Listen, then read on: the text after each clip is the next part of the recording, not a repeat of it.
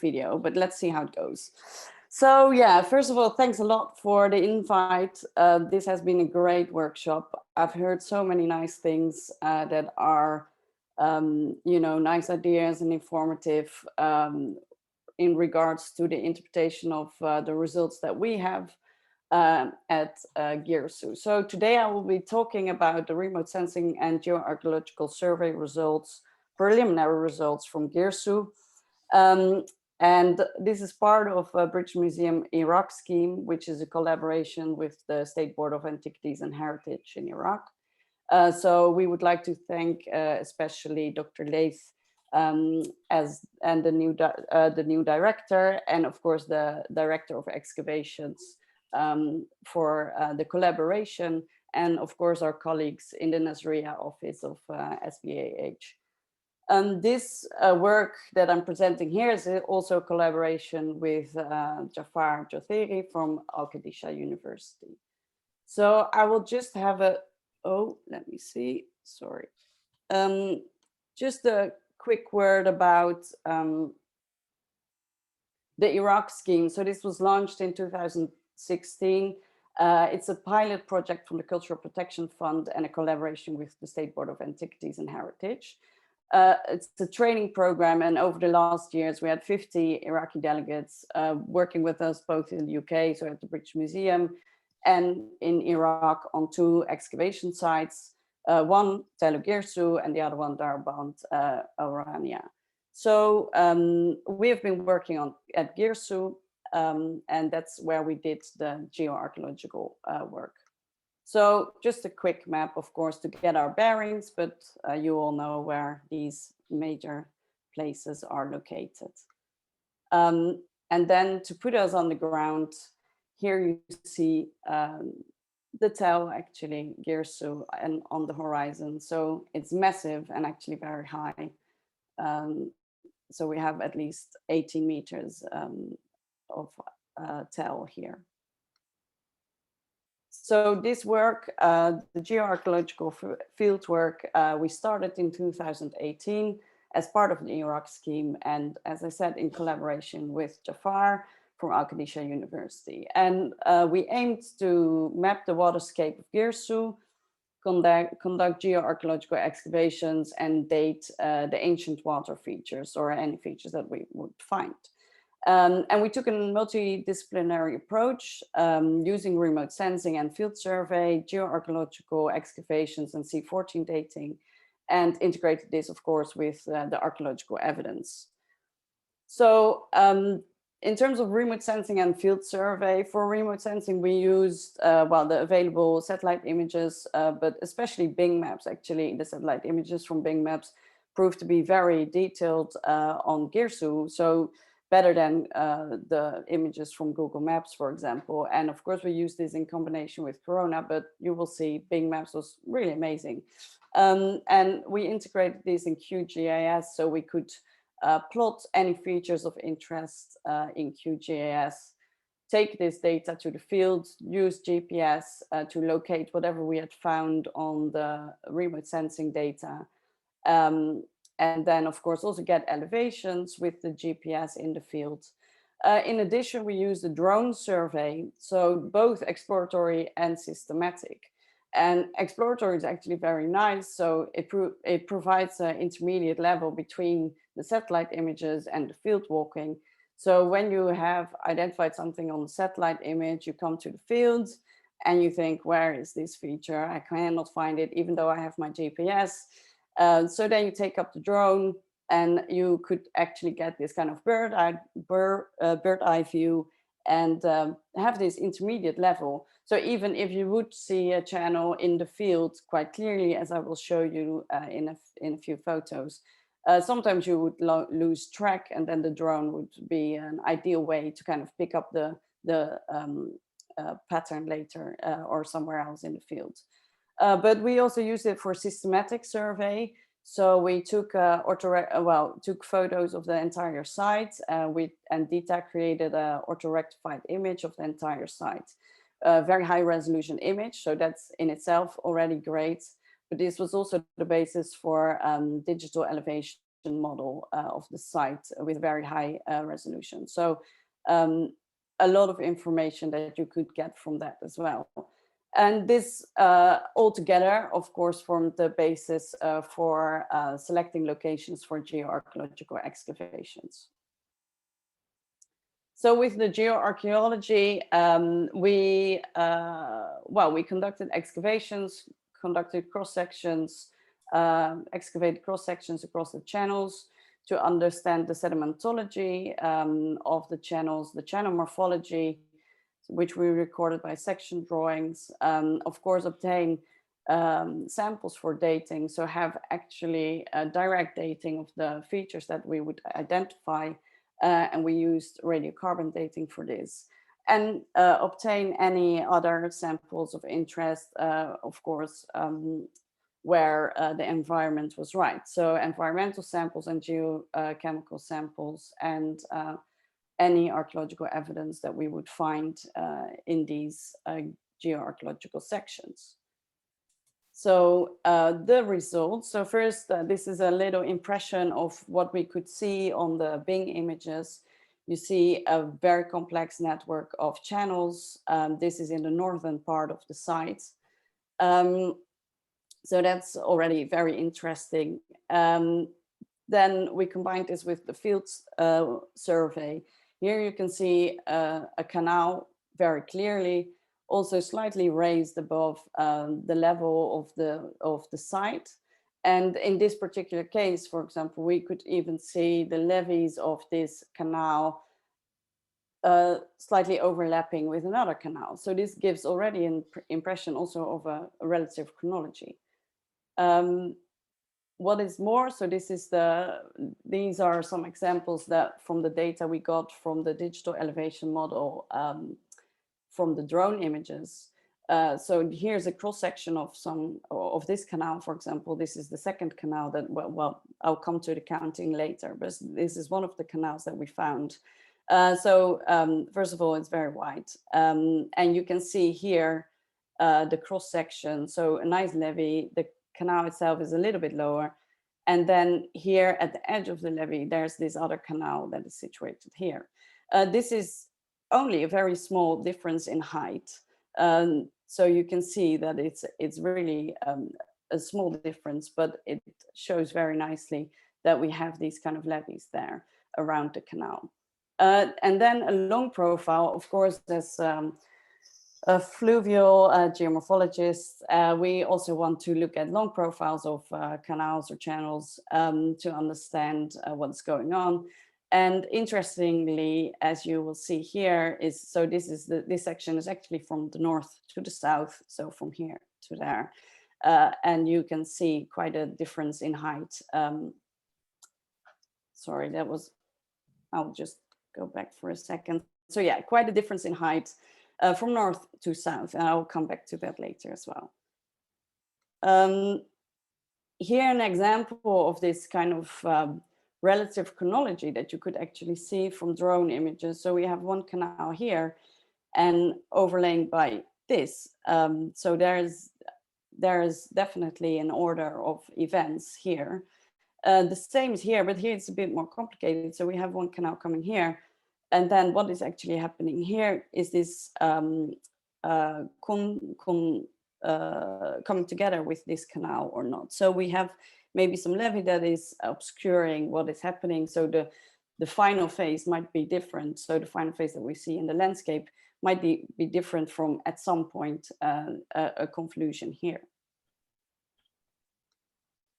So this is taking all this into account. I also try to take into account this kind of possible idea of relative chronology of the canals, and put this in this line, so overlapping the canals wherever I could, to kind of get an idea of if we use this information, do we get an idea of a relative chronology, and would that actually work? So also note the scale of Girsu. It's massive, so we've done a lot of work, and so this was the basis also to select our geoarchaeological excavations. And so we did 11 cross sections across the channels at different places. 2 test pits. We collected 22 C14 samples and 4 geochemical samples and multiple phytolith and diatom samples. So the cross sections, which are actually all very informative and very exciting. So first of all, this is the first channel. Oh yeah, I will just go back 1 second to give you an idea of the counting.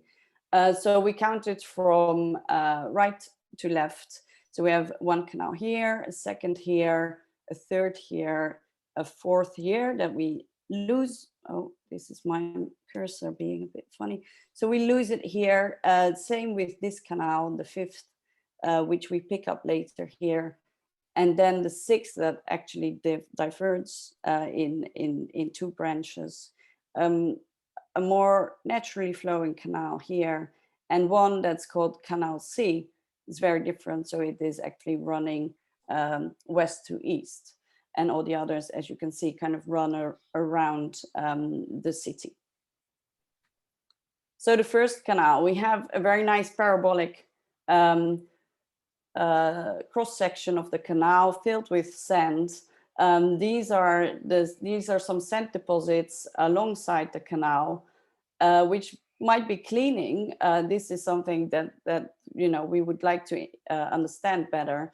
Another idea of or indication of this kind of channel cleaning might be this. So here we see sand and clumps of clay, so reworked material. Then the very clear boundary with the channel. One small event where water velocities slowed down, and we have some silt and a little bit of clay, and then a reactivation of water velocities, or at least, and we see sand filling up the rest of the channel. So here's what it looks like in the field. It's beautiful and clear with the sunrise. And here is the part of the section. So that's this actually on the photograph.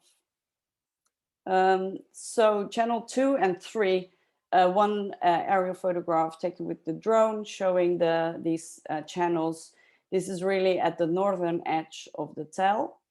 And here we see the cross section of channel 2, red clay, and with an unconformed very abrupt boundary between the red clay and then the sand right until the top. So it's very, very clear. Oh, so this is the same channel, but on the southern part of the site. And note the width of this channel. So it's like almost 30 meters wide, at least 2 meters deep, underlain by this red clay. First some layers with pottery inclusions, and then a kind of like sterile red clay. Here you see the bedding, cross bedding in the sand. Otherwise, it's very homogeneous, but we have some fluvial structures that give us an idea of water direction and flow, and yeah, a massive pack of sand. With little, so all the way through this channel, we have little variations in water velocity. It's really just sand all the way through. Here's the edge of channel 3. So we have this parabolic section underlain by the red clay, sand filling in the channel, so it's the same picture. This is one edge. This is the other edge of the channel. This channel 5, is also in the southern part of the site, where we excavated it. And you can see that here we have a more free-flowing channel. So we have some sand-sealed clay deposition laterally, grading, and then some alterations between clay and sand. So very different picture from the other channels. And yeah, clearly this is a less clear picture. That results probably from the shifting of the channel. This, on the other hand, again, very clear parabolic section of the channel, sand infilling, one small layer of clay. So maybe yeah, a drop of water velocities. So this is also cutting through anthropogenic layers, and we have some shell from below and within the channel. So shell samples from almost all the channels, and the dates are on the sections, but I will come back to the dates in an overview because there's a lot of information to take in. So this channel, so the previous parabolic channel was channel 6E, so one of these two branches. And this is the other one. And this is, again, a very interesting example. So we have this channel here, which is actually on top of a levee of a channel that was located next to it. And here you can see what that looks like on the drone image. So we have the red clay alongside the sandy channel. And then we have some features here that are actually next to it. And here it becomes less straight. So there's quite a lot going on here as well. This channel, channel C, so this is the one that was running west to east, is very interesting. Unfortunately, we couldn't get any shells from this channel, but we see two cuts. So one here, already quite steep, which is filled in with silts and sands, finely laminated. But then there's a second cut, which is extremely steep. So again, this is quite a deep section that we dug, 2.5 meters. And this is filled in with sand, actually poorly sorted, quite coarse at the base. So quite a powerful water that would have deposited this kind of sediments. Very interesting how this would have happened, and you know, what kind of event is presented by these sediments. And yeah, here you see it in the from a drone image from the bird's eye view. And then finally, so using the drone, we also identified this feature actually connected with some canals. So of course, this got us very excited. And being a careful researcher, I would call it a basin. Let's see how we can further understand what we are dealing with, hopefully with further fieldwork. But we excavated a cross-section across the edge of the feature, dug almost, well, 3 meters deep. Unfortunately, we couldn't dig any further. Of course, for safety reasons, the weather was deteriorating, so we couldn't do this. And as has been mentioned before, actually just now, it would of course be a great location to conduct a good borehole and see what we can find, and also hopefully find the base, because the bottom, because we couldn't reach it.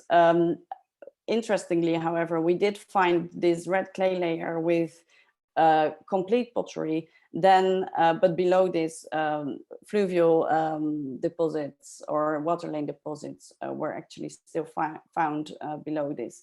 So maybe this presents a cleaning event or of some kind. So this is overlain by a green gray clay, a fine black layer, very interesting, some silty clay, and then gray clay, and the blocky structure. So I would say probably standing water feature.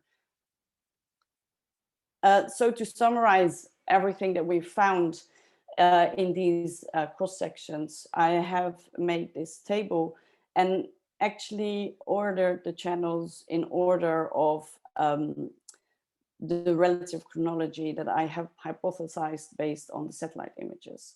So here we have the channel, the trenches, a schematic presentation of the sections, the cross sections, the sedimentology, associated archaeological evidence, so wherever the sample was taken. So some samples we actually took from some red clay below the channel. And then here, the summary of the chronological evidence. And this is very interesting. So a few things, main things to point out. First of all, this relative chronology seems to fit quite well with the shell dates. So it really goes from old to young. And of course, there's a few outliers, but this is that needs explanation. But this is, for example, from the more naturally flowing channel. So here we might be dealing with some reworking. But the other thing that you will pick up is that all the shell dates predate the pottery associated with the channels. All the pottery dates to the Eastern Larsa, or the abandonment of the site, very homogenic picture that we get, except for some. Here we have from the basin, actually, we have some older material, but mainly the pottery, dates to this final phase of at Girsu. So that's one point, and the other point I would like to highlight is that we have different shell dates from the same channel. So, okay, this is from below the channel, good baseline, but then here we have two shell dates with quite a different date. And interestingly, this shell date from collected from the bridge does fit with the chronological evidence that we have for the bridge. So how do we explain these problems? First of all, so hard water effect has been mentioned before in the talks during this workshop, so it's really great to get this conversation going. This is something that affects shells in hard water rivers, and could be quite variable and of quite some magnitude. And this work that I've cited here did a very good assessment of this hard water effect in Germany. And well, if we look at the Euphrates and the Tigris, these waters are considered hard to very hard. So I would suggest this is still a little bit of a problem that we should think about. So what solutions, of course, do we have? Because if we have a problem, we should think of solutions. First of all, well, we would like to assess the magnitude. What are we dealing with? And how can we do this? Well, one of the things is to compare the shell dating results with charcoal dating results. Fortunately, we have very nice in situ occupation layers, very well dated by the pottery, typical Ubate 4 pottery, fits very well with the C14 dates from the charcoal, but not so well with the shell, though the difference is not that big. It's about 350 years. However, as you could see in the overview table, the difference between some of the shell samples that we have and the kind of final phase of the pottery. So let's go back for 1 second. That's a much larger magnitude that we are dealing with. So is the pottery presenting just the final cleaning phase, for example, for the canals? Good explanation. However, the shells are obtained from the infilling of these canals, so should also still be close to the pottery chronology. The other methods, of course, one of the other solutions is a multi-method dating. So my background is in Pleistocene fluvial terraces, where there's rarely any organic material that we can use for dating. And then we use optically stimulated luminescence dating. With these channel fills, pure sand, it's actually very, very well suited for OSL dating. But of course, OSL dating has its drawbacks. It's expensive, and you need a dose meter on site. And there's, of course, similar considerations as we have with C14 dating. The other thing, what struck us was that we had C14 dates from the shells from the same channel that dated actually to quite different periods. So, okay, this is below the channel. We don't need to worry about that. But then the difference between this shell date and the one that we found near the bridge or excavated there, that's quite a difference. Same pattern we see with in channel 2, where we have 3 dates that predate the pottery, but also have quite a bit of a difference. So this could also be due to the hard water effect. But there's another thing, of course, with these different dates, we said, okay, let's look again at the stratigraphic relationship of these samples. And this is a cross section from north to south, so 3 kilometers across the tell, to look at the relationship between those dates that we obtained. So this one is from the bridge, which fits well with the chronology or chronological understanding of the bridge. Stratigraphically, in terms of height above sea level, it fits with the other shell sample obtained from this channel. But as we can see, and I hope we can all agree, water doesn't flow upwards. We have a phenomenon here that we should address, I think. So we said, okay, wait, what's going on? Maybe we are missing some sediments here, and then particularly in the north, which fits with prevailing wind directions from the north and northwest, fits actually with the picture that we get, that here we have sand right up until the surface, no silting up of the channel. So yes, maybe we are missing some sediments. And indeed, at the bridge, we do have the silting up of the channel. So this is image of the bridge. This was excavated by the French. They didn't understand what it was, but now, as you can see, very clearly connected with the channel. It is clearly a bridge. And here we have the channel infilling the shell, and a very clear chronology based on the pottery that fits well with the infilling of this channel, and indeed the abandonment of the site. Interestingly, this channel cuts through Ubaid period, so the Ubaid deposits here are quite high. Still, the shell is a bit older than what we would get from the pottery. So based on this, we proposed this model, at least for Tello, that we are missing some sediments here and here. And actually in the center, maybe sediments are protected by archaeological structures and other material. So the wind had less play here. And then in the floodplain, of course, channels are sometimes visible, sometimes not, depending on vegetation, urban development, etc. At the edge of the tell, there's a bit of a marshy area where we couldn't pick up any traces of the channel. And here, indeed, in the north of the site and at the edges, the channels are very clear. The contrast between the sand and the clay around it, or the silt of the site, is very clear. Here, sometimes the channels are obscured, indeed, maybe by archaeological remains or slope wash that just covered the channel, and then we pick it up later again. And looking at the base of the channel, so this is for channel 3, where we can make the long profile, which would fit well. I mean, this is very acceptable long profile for a stream over the 3 kilometers that we have. So this is the proposal that we have for what we see at Tello, Girsu. And this actually explains the sedimentology and preservation of the channels so that we maybe miss some sediments. It also explains the differences in channel visibility between the center of the site and the periphery.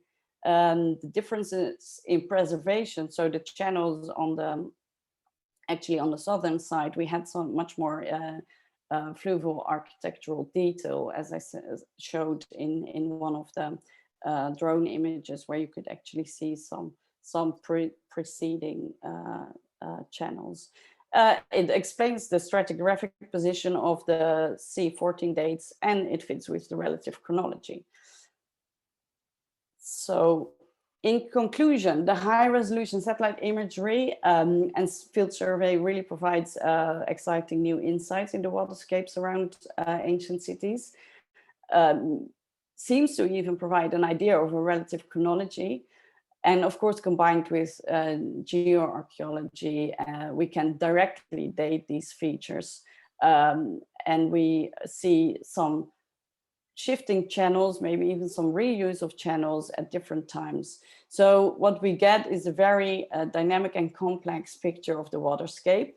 And now following questions, and which will be very interesting, of course, to figure out, is how does this relate further to the archaeological evidence, textual evidence? We've heard of some smaller canals on sites that are not linked to any other city. So maybe, you know, these things, these shifts, we can relate to this. And what is more, how is this related to environmental and climatic change? So we can really get this human environment interaction on a very nice and interesting small scale, if we can get an idea of what shifts when and how does this relate to any archaeology and environmental records. Challenges that remain is understanding the geomorphological processes that affect the site, and of course understand the hard water effect for C14 dates in southern Mesopotamia. So thank you very much for your attention and for inviting me again at this conference. It has been a pleasure. Thank you.